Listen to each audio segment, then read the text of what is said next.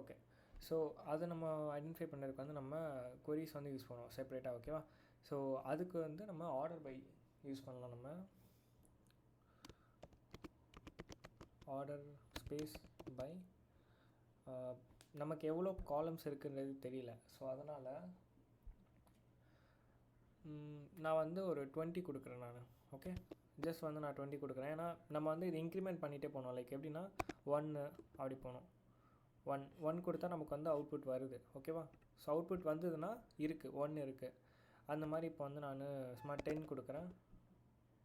Okay, 10 காலம்ஸும் இருக்குது நம்மக்கிட்ட. Okay, இப்போ வந்து நான் 20 கொடுக்குறேன். 20. ஸோ இங்கே %20 வந்து ஸ்பேஸ். ஓகேவா? அதுக்கப்புறம் தான் நான் 20 தரேன். அதாவது இதோட சின்டெக்ஸ் என்னென்னா ஆர்டர் ஸ்பேஸ் பை ஸ்பேஸ் நம்ம எவ்வளோ காலம் இருக்குன்றதை நம்ம செக்